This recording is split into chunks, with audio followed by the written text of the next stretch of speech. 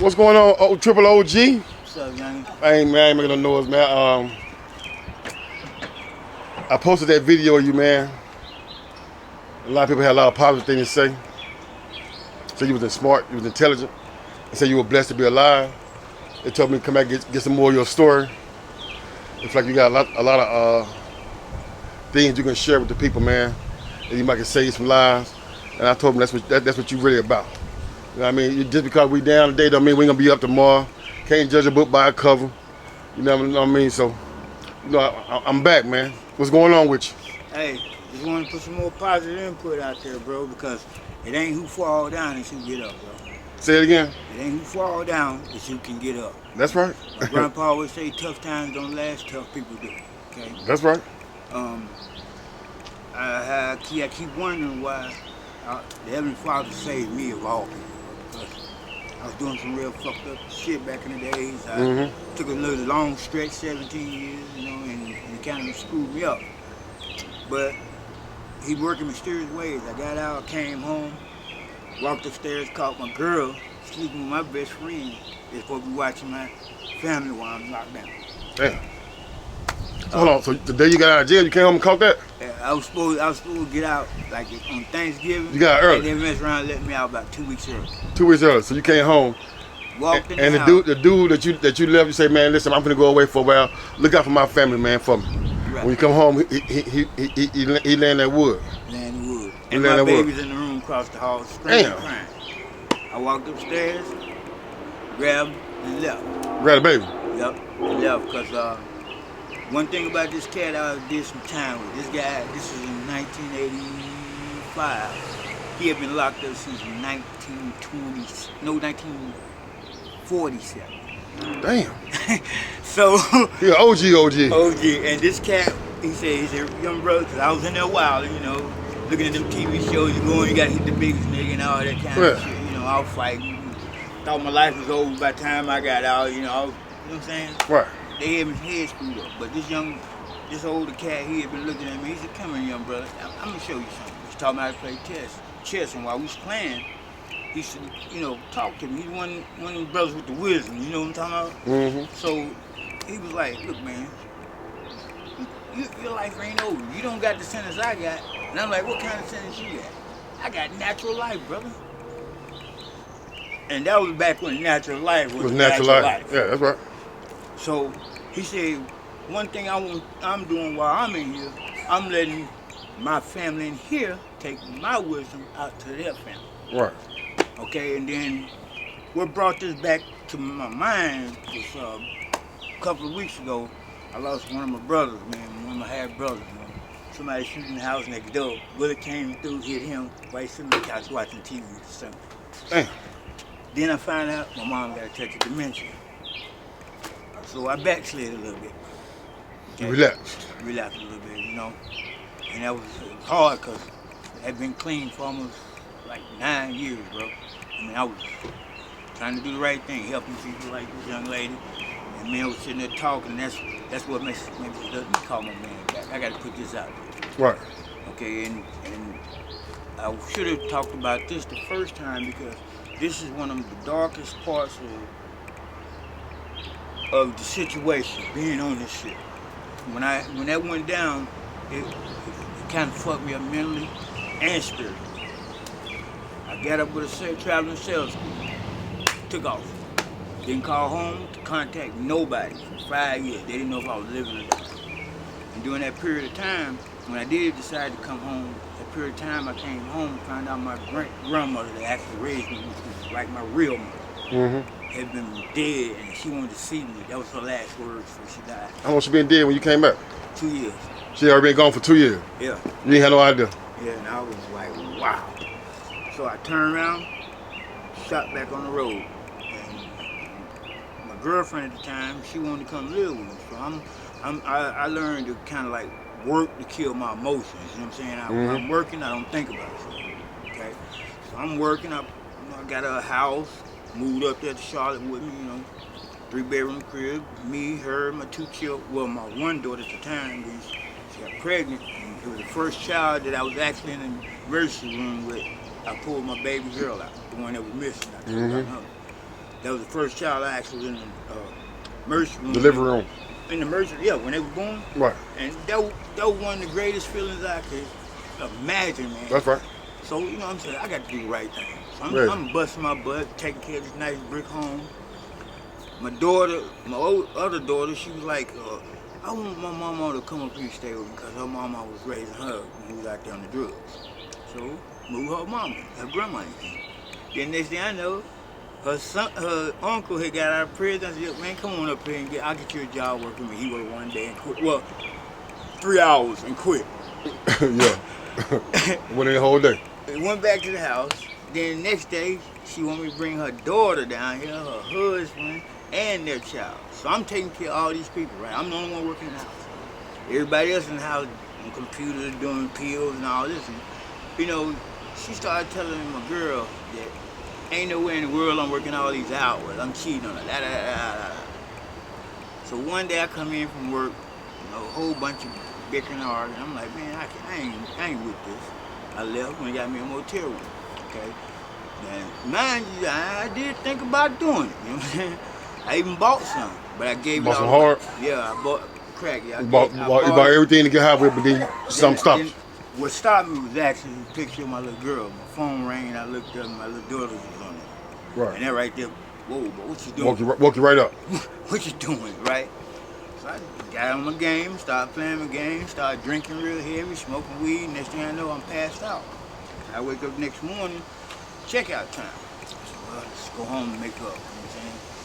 Go home and try to make up. I miss my family. Went to the house, walked past my front picture one. There's 2 guys sitting on my couch. 2 dudes. So I'm going to go in my house. They got my screen door locked. I'm knocking on the door. They just sitting there like they don't even hear me. So I kick my door in. Man, what the fuck going on here? These 2 dudes, one of them bigger than you, bro. Right. They walked up on me, you know. This my girl now. Da da da da da. I said, damn, you wanna be gone one day? Yeah. I'm like, whoa, bro. I don't give a fuck about her. Right. These are my children. This is my house. Right. I said, let's get it then. Right. You know, I was ready to bang with both of them, but my daughter was like, yo, Dad, don't do it, Dad. I said, you know what, man, I respect my children. I said, but y'all come on out here in the yard and we can get in. So I went outside, they locked me out and called the police on me. Okay? This is the fucked up shit about this. So-called law enforcement. Right. They come to my house. Everything in this house in my name. Right. All the letters got my name. Everything. Ain't nothing got none of that name. Told me it's best for me to leave. So I'm like, wait a minute, this is my house. Why I gotta leave? Why they can't leave? Right. Da da da da. And then I started thinking, yeah, if I put them out, my children be outside. Your kids could stay with you though. Right, but you know what I'm saying? Let ain't how it go with the women. When you kick me out, they gonna come with me. Right, you know, making a whole big old scene, tell them, you know, if her mother's pregnant, she's a white lady. Her mother's pregnant anyway. Call me nigga every chance she get. You know, Right. spit on me and all kinds of shit. Okay. But you know, out of love for her, I humble myself to them type things. So the police got to talk to me. I said, man, you know what? For y'all, baby, I'm gonna do this. And I kissed my little girl. So I left. Okay, I come back the next day. They done cleaned the whole house out. I mean, everything. All my TVs. I mean, even my dogs was gone, bro. They cleaned everything out. I'm laying there looking at TV. Next thing I know, the lights go off. I'm calling the power company. Yo, man, my lights are. Well, you ain't paid your bill in 4 months. Right. She been pocketing the money. Pocketing the money. Ain't paid. She had addiction. Yeah, ain't paid nothing. What kind of addiction she had? She was doing crack, pills. Right. You know, she was fucking with a little bit of everything. Right. But I didn't know she was doing that shit. Because she's supposed to be clean since we've been there. Come find out when her family came back, they always doing it.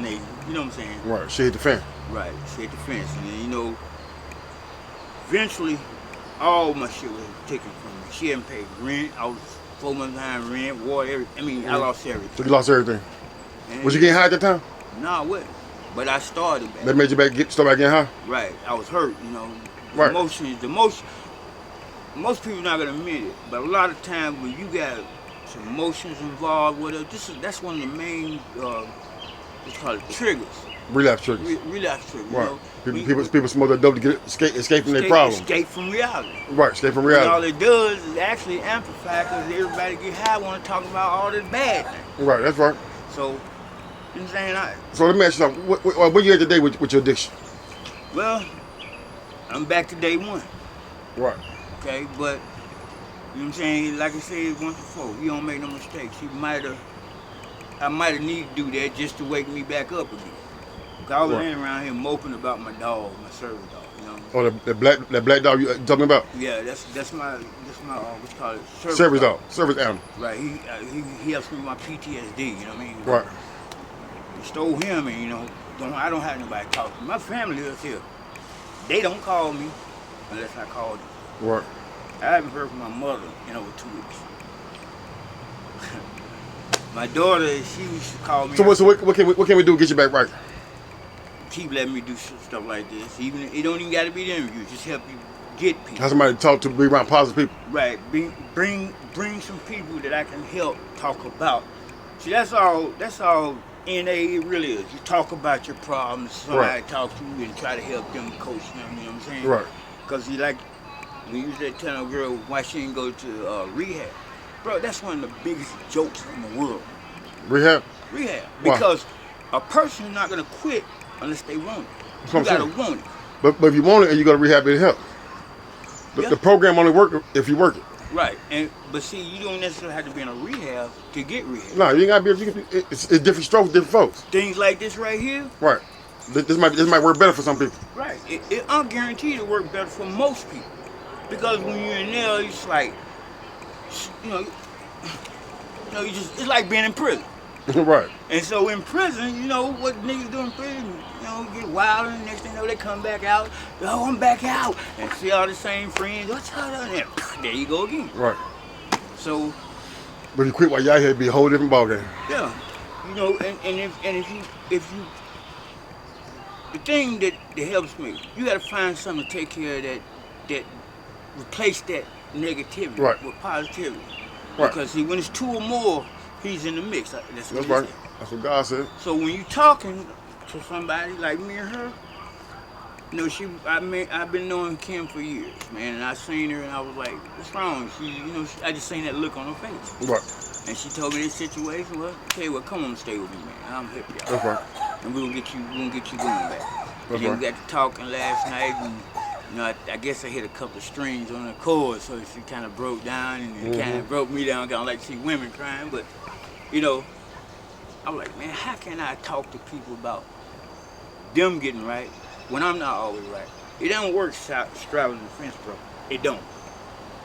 But you can help somebody even if you ain't always right. Somebody can watch my channel right now and listen to your words, bro. Exactly. And you can help them. Exactly. So it ain't really straddling the fence. No, I ain't talking about that straddling the fence. When I'm talking about, like, yeah, I'm through. I'm through. And as soon as you get to 10 right through, you go around the corner.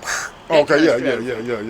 Because playing the 50 right there. Playing the 50, yeah. That's what y'all young folks you playing the 50. Yeah, so that's what I'm saying. If you gonna quit, you gotta mean it. You gotta want to. That's a fact. But this stuff can't be beat by itself, bro.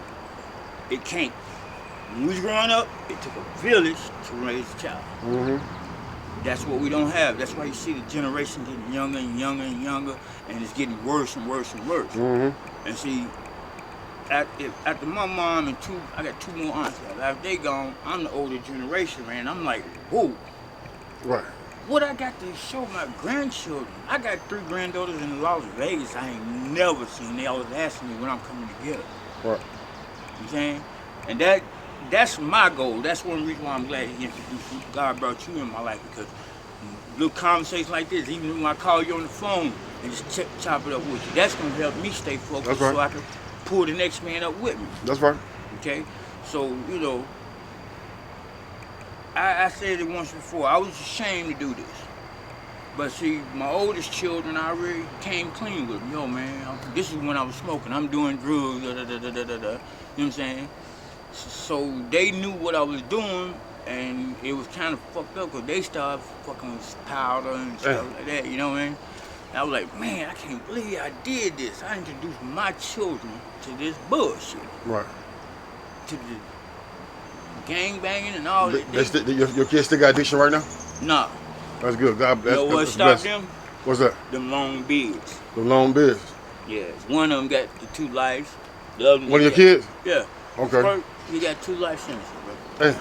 For not killing somebody. He Not- didn't even do it. Well, not snitching.